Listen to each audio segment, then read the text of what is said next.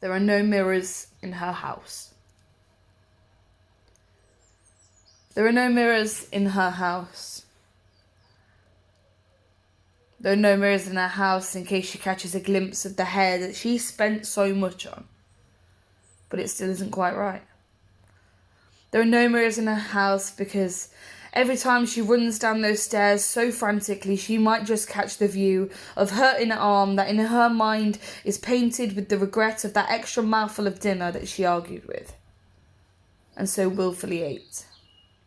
There are no mirrors in her house because the golden eyeshadow she so perfectly applied to her worried eyelids may not have been the right shade, nor brand, nor age-suitable colour, or maybe it just wasn't her.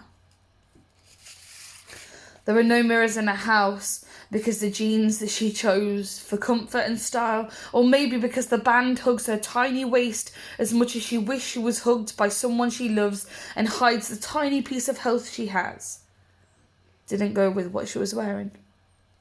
There are no mirrors in her house as the skin tone she may see may be grey or dull, in which represents the heaps of times she washes her skin in fear of blemishes, marks, scuffs or spots, or maybe even shame. See, there's not just no mirrors in her house through fear of what she will see painted before her aesthetically.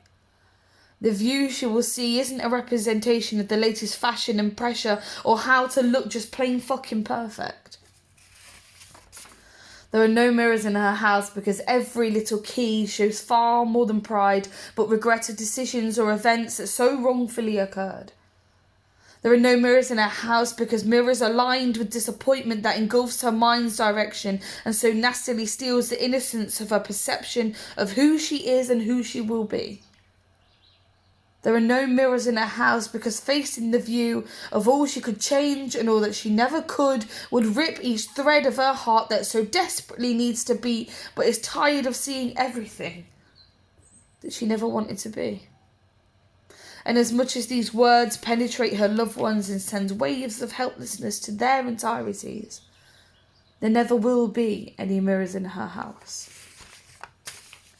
There will never be mirrors in her house until she can wipe clean the hate-riddled glasses and see far more than the views that she rehearses like a fear-consumed child reading lines. There never will be mirrors in her house until she peels the stubborn ivy of detest so perfectly placed around the beautiful and inspiring things she's always done and sees their striking colour and how much brighter they remain in comparison to the rotting ivy that she keeps watering and nourishing to grow. There are not no mirrors in her house because of weight, nor hair, nor facial projection. There are not no mirrors in her house because she is unaware of her true purity and shine. There are no mirrors in the house because she can no longer see what is worthy before her, and mirrors are no use if you can't see. Self-destruction needs not to be reflected, which is why there are no mirrors in her house.